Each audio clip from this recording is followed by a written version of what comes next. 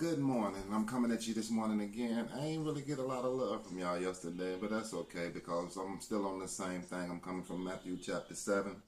I'm still on verse 5, but then I want you to shift over to verses 22 through 25.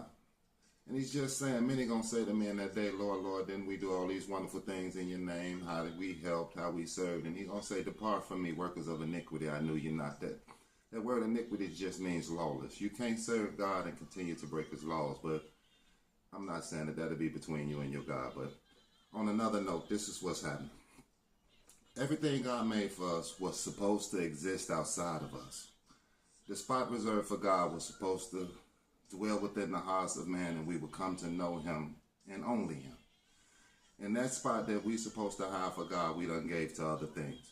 In fact, it's kind of challenging because the love that we have is so perverted because it exists within us in a way that misrepresents God, because the place reserved for God, we've put something else there. And we live with those things and we're struggling to overcome them, and then God is challenging you in these areas because he wants his place back.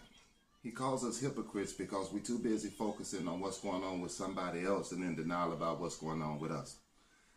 Use the time that God has allowed you to change what's going on inside you. And then use your victories to help encourage your brothers and sisters who's still fighting in battle.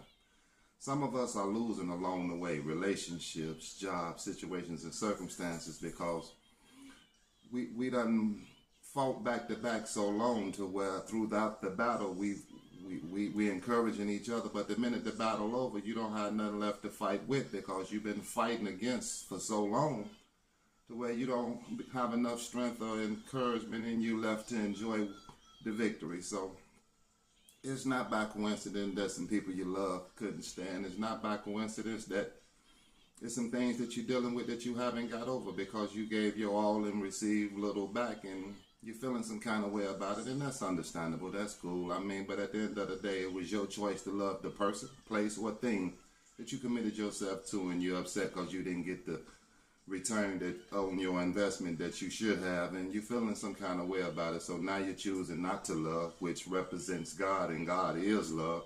And you know, it's kind of crazy, but yet you'll judge the intentions of someone else and call them hypocrites, or they being hypocritical, but yet I think you kind of unstable in some of your ways too, because the person, places, or things that you gave your all to was the places you picked. So be careful about pointing the finger or focusing on what's going on with somebody else and you not being honest with what's going on with you, because it